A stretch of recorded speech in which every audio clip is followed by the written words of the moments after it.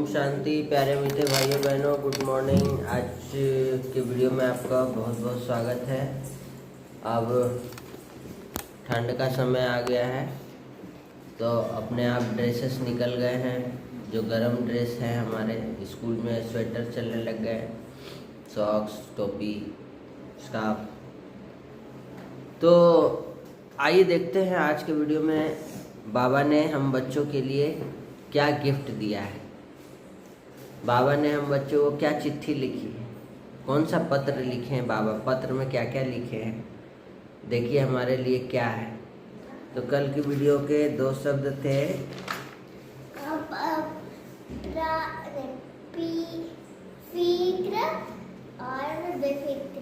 फिक्र और बेफिक्र का मतलब आप लोग समझ गए होंगे। फिक्र करना और बेफिक्र रहना, है ना।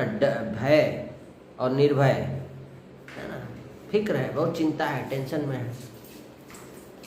तो फिक्र क्या क्या चीज़ की होती है, क्यों होते हैं फिक्र और बेफिक्र, क्यों चिंतित हैं। बाबा ने कहा चिंतन कीजिए, चिंतित नहीं रहिए।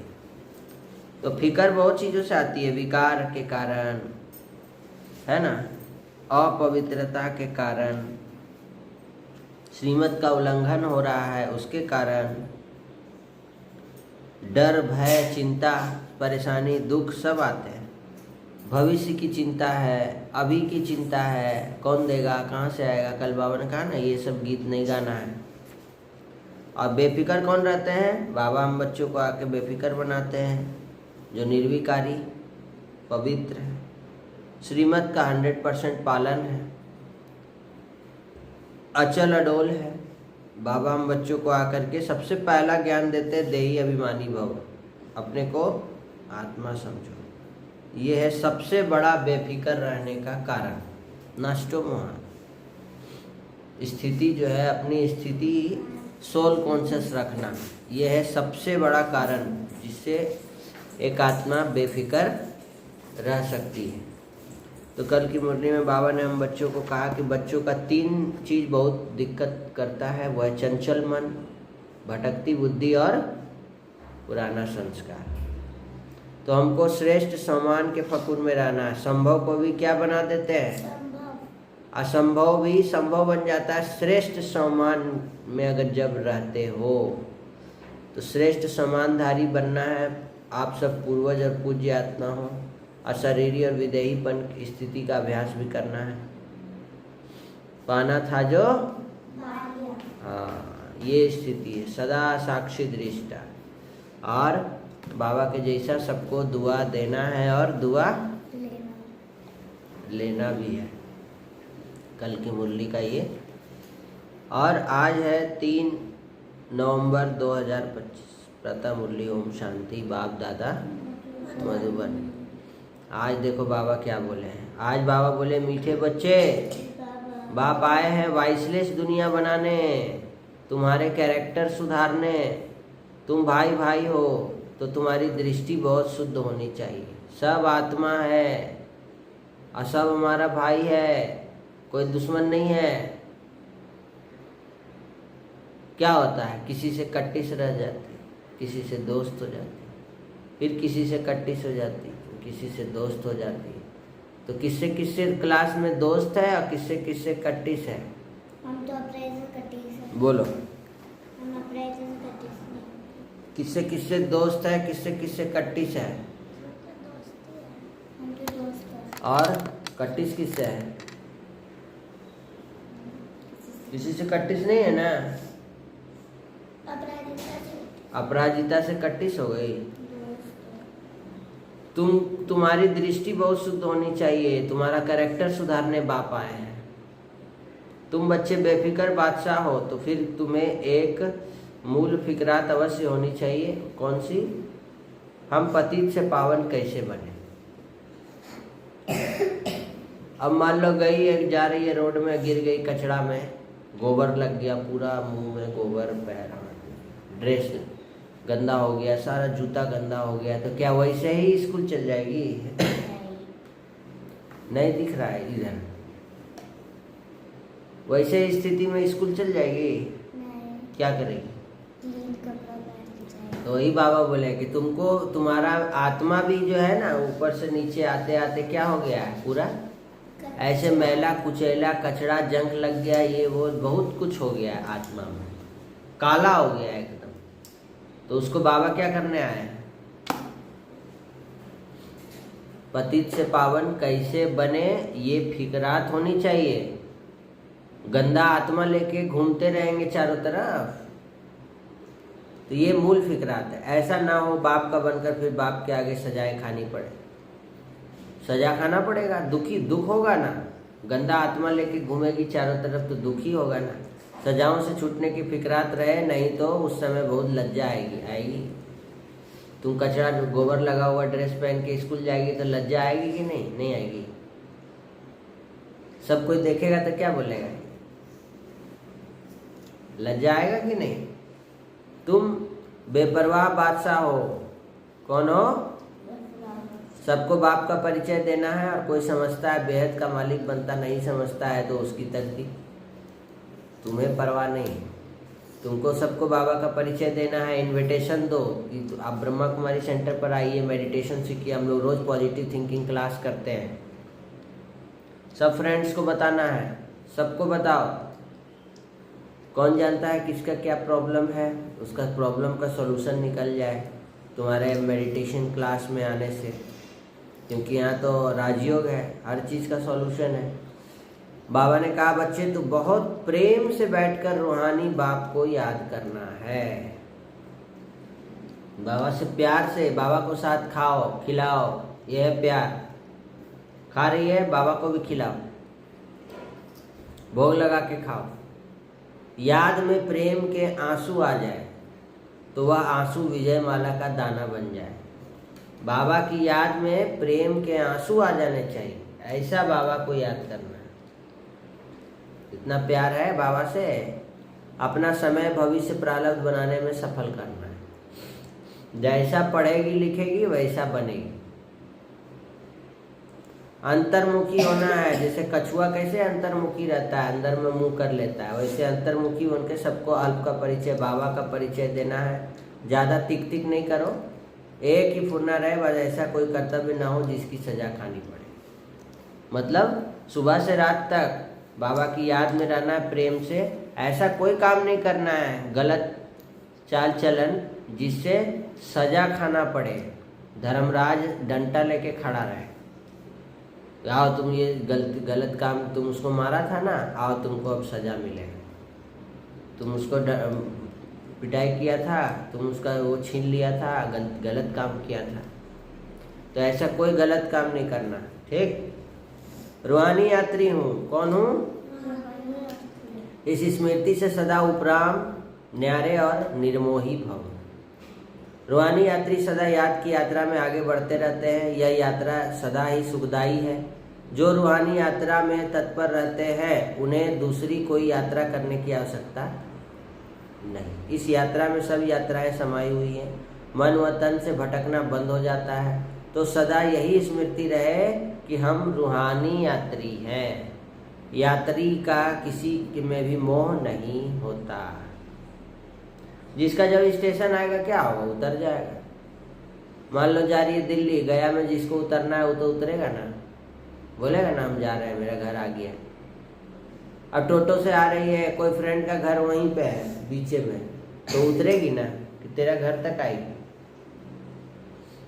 उतरेगी ना।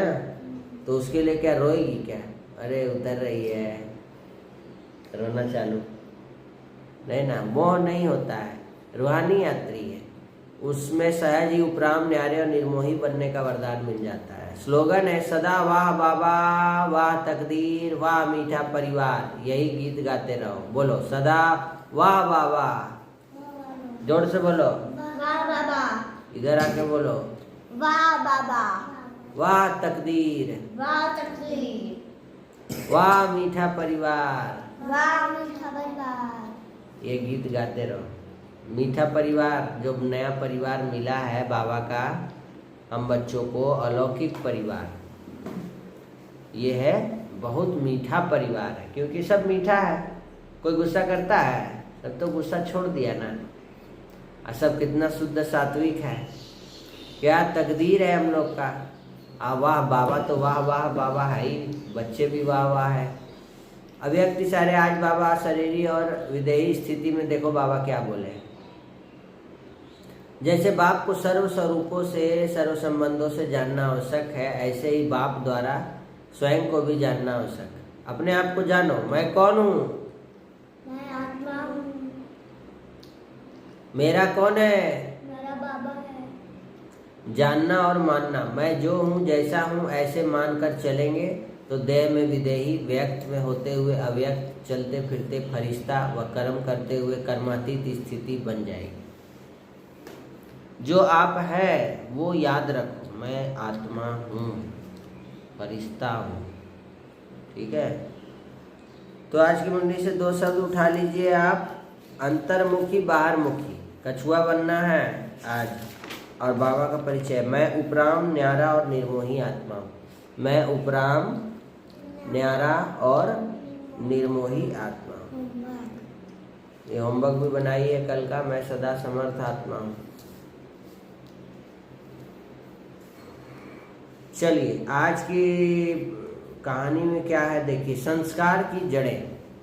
इस संस्कार ना बहुत, जैसे पेड़ उगता है ना तो छोटा है तो जड़ उसका छोटा है, लेकिन जैसे जैसे पेड़ बड़ा होता चला जाता है तो क्या होता है, उसका जड़ पूरा अंदर तक, रूट पूरा उसका अंदर तक मिट्टी में दबते चला जाता है ना। तो वही हालत, वही चीज संस्कार के साथ है। मान लो कोई चीज है तुमको, जो कोई सुबह उठ करके ब्रश नहीं करता है, तो 1 दिन नहीं किया, 2 दिन नहीं किया, उसके पेरेंट्स भी उसको नहीं समझा रहे हैं, 3 दिन नहीं किया, 4 दिन नहीं किया, तो संस्कार देखो बढ़ते जा रहा है, मोटा होते जा रहा है नहीं करने का। और वो इतना बड़ा हो गया, बड़ा बच्चा बन गया, तो उसको बचपन से ही आदत हो गया कि ब्रश सुबह में नहीं करना है। वो उठता आराम से 9 बजे, 10 बजे, 12 बजे करता है, रात को करता है ब्रश। अच्छा, कोई संस्कार है कि सुबह सुबह उठ करके स्नान करेंगे, नहाएंगे हैं, लेकिन किसी का है कि नहाने का संस्कार नहीं है, वो नहीं नहा रहा। तो जो कुछ भी हम रिपीटेशन करते हैं वो हमारा संस्कार बनता चला जाता है। तो अच्छा संस्कार बनाना है कि बुरा? अच्छा। देखो क्या है, संस्कार ही वह वंश वृक्ष है जिनके जड़ों से पीढ़ियां पुष्पित और पल्लवित होती है। इतिहास ऐसी घटनाओं से भरा पड़ा है, समय साक्षी है और एक और प्रसंग इसकी पुष्टि करता है। पंजाब के महाराजा रणजीत सिंह के समय एक गांव में गाय के दोनों सींग एक दीवार में फंस गया। क्या हो गया? दीवार में फंस गया। गाय का 2 सींग था, दोनों फंस गया। लोग इकट्ठे हुए, कोई उपाय नहीं सूझ रहा था, सभी अपने अपने सुझाव दे रहे थे। तभी एक युवक बोला कि गाय का सींग है ना, उसको काट दो, गाय छूट जाएगी। सब स्तब्ध रह गए कि ये क्या समाधान दे रहा है। अंततः मकान मालिक ने सोचा कि दीवार गिरा देते हैं, इससे गाय को बचा लेंगे। और फिर ऐसी ही घटना हुआ। जब महाराज तक पहुंची, उन्होंने उस युवक को बुलाया कि तू कौन है जिसने गाय के सींग काटने की बात कही। उसने अपना नाम बताया, निहाल चंद पुत्र मानक चंद। पर महाराजा को इसमें संदेह हुआ कि एक हिंदू ऐसा कभी नहीं सोच सकता है। जब जांच हुई तो पता चला कि उसकी मां ने,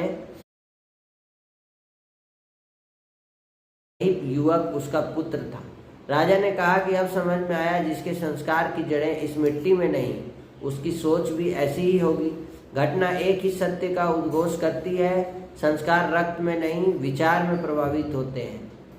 धन, पद या रूप नहीं, व्यक्ति की पहचान उसके आचरण और संवेदनशीलता से होती है। आज भी गांव नगरों में जब विवाह तय होते हैं तो लोग पहले पूछते हैं, पता करते हैं कि उसके खानदान का इतिहास टटोलते हैं, परिवार की पृष्ठभूमि क्या है, किसी ने भाई के ऊपर कोर्ट कचहरी में मुकदमा तो नहीं कर रखा है, परस्पर बोलचाल तो बंद नहीं है, माता पिता के साथ व्यवहार तो अच्छा है, समाज पड़ोसी में प्रतिष्ठा है अथवा नहीं है। और ये सब जानकारियां तय करती है कि लड़का लड़की के संस्कार कैसे हैं। मैंने पूरा लंबा देखा जाता है जब भी शादी विवाह में बात होती है, क्योंकि संस्कार ही वह अदृश्य विरासत है जो पीढ़ियों को आकार देती है। संस्कार वह दीप है जो पीढ़ियों के अंधकार में भी उजाला देते हैं। संतति का आचरण वही दिखाता है जो घर के दीवारों ने सुना और माता पिता ने जो जिया है। इसीलिए संस्कार जो है ना मोटा हो जाता है। जो पुराना संस्कार चलते आ रहा है, माँ बाप ने भी वही किया, बच्चे भी वही कर रहे हैं, तो वो दिख जाता है संस्कार में आपका, कहीं ना कहीं वो प्रकट हो जाता है।